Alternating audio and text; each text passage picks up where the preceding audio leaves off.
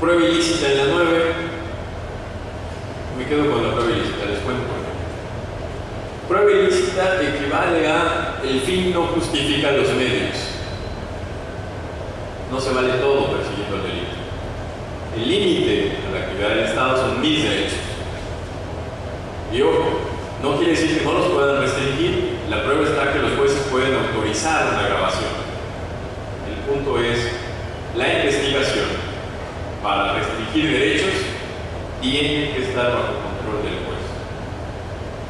Y si no es así, la prueba no vale. Es una regla muy difícil de entender para alguien que no es abogado. ¿Quieren un ejemplo muy clarito? Explíquele, salgámonos aquí, vamos frente a la catedral, preguntémosle a una persona, ¿usted conocía el caso de Lidia Cacho? ¿Usted escuchó la grabación del Nobel Precioso? ¿Qué opina de que la Suprema Corte no haya usado esta grabación? No es fácil de explicar. Pero el punto es, los derechos fundamentales, las garantías individuales se constituyen un límite al ejercicio de la investigación y por lo tanto no toda la actividad investigadora puede valer, solamente aquella que se mantiene dentro del estándar mínimo de respeto a los derechos. Aunque sea el Nobel Precioso, tiene derecho a Jesús. Aunque sea él, tiene derecho a que sus grabaciones no se, a que sus conversaciones telefónicas no se graben. La cuestión aquí es cuáles son las excepciones, porque además es una regla muy dura. No en ningún lugar del mundo esta regla se mantiene así. Siempre tienen excepciones.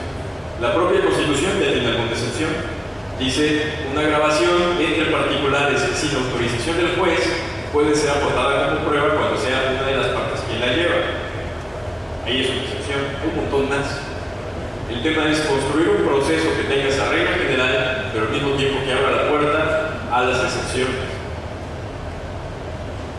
Eso es bastante. Vamos a terminar, por favor. 20B. Derechos del imputado. Aquí encuentran ya presunción de inocencia.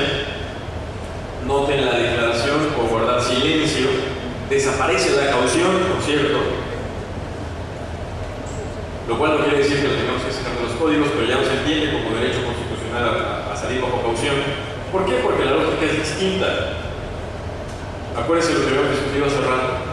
La idea es que los jueces sean quienes valoren y no legisladores sin conocer los hechos. Por lo tanto, la regla general es el libertad provisional. Debería ser, esa es la finalidad de la Constitución. Y entonces, la caución se vuelve, pues sí, una regla procesal más, pero derivada de mi derecho a la libertad provisional. Quizás por efectos de tradición jurídica hubiera convenido que se mantuviera, pero como les decía ayer, eso sería llorar sobre la leche derramada. Esas son las reglas del juego, y a lo que sigue.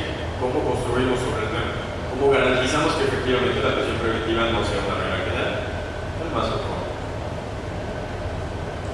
Noten la preocupación del constituyente porque se le informe desde el momento de su detención como su comparecencia los hechos que se le imputan.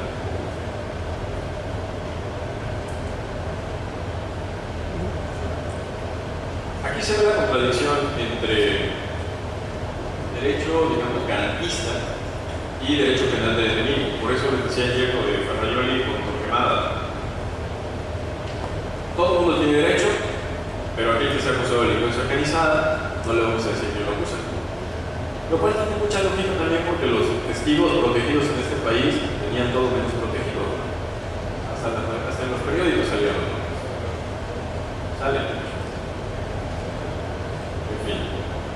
El párrafo segundo de esta fracción tercera. Beneficios para el que colabore con la investigación. El 4 son lo de testigos y pruebas. Más por favor. Sí. Noten publicidad en las audiencias. Tiene una regla, una excepción en delincuencia organizada nuevamente. Y aquí tiene otra regla, cuestiones de inmediación, eso de que solamente la prueba que sea desahogada frente al juez.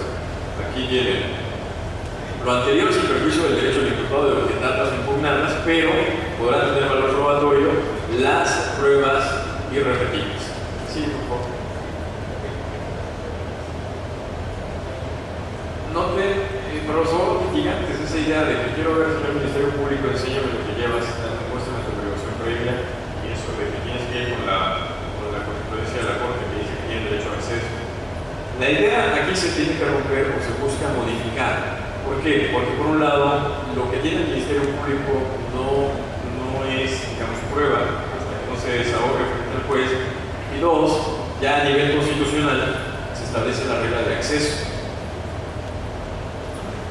La que sigue, por favor. Este plazo no cambió, en el 7. En el 8 tiene correlativo de lo de la Defensoría Pública, defensa adecuada. La que sigue, por favor. Reglas que no han cambiado, reglas de pena civil. Lo de la detención, bueno, vamos a ver, tengo que acabar, si no vamos a más o menos abarcar Chihuahua, Oaxaca. Digamos que aunque han cambiado un poquito esas cosas, no vamos a comentar. La que sigue, por favor. Aquí. Nuevas reglas para la víctima ofendida. Es el nuevo apartado C, con la nueva redacción del apartado C del artículo 20. Recibir asesoría jurídica.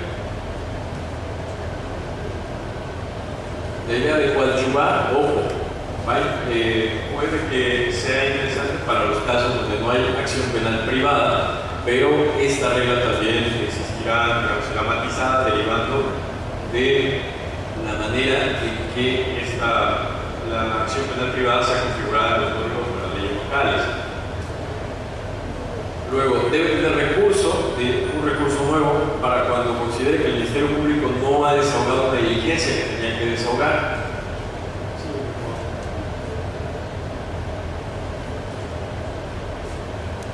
Vamos a dejarlo por acá. Una más, por favor. No, casi no hay cambios. Vamos, sí, por favor. Más. Aquí. Esta la quería explicar y con eso les prometo que ya lo tengo en acceso para que no se me canse de más. ¿Qué son los criterios de oportunidad? Es lo que les contaba ayer, lo que les platicaba. Este es el párrafo séptimo del 21. Cuando el Ministerio Público tiene cuerpo del delito y probable responsabilidad acreditado de las diligencias, ¿puede dejar de ejercer la acción penal? No, es un deber.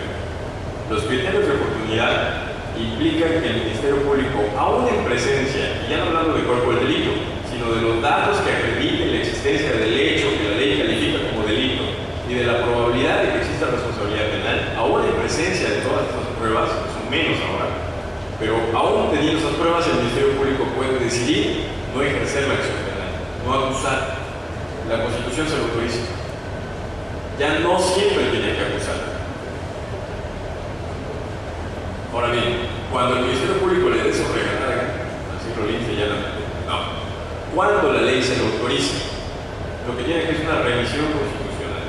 ¿Por qué? Porque, para bien o para mal, yo creo que en muchos casos injustamente, pero en otros muy justificada, el Ministerio Público tiene mala fama.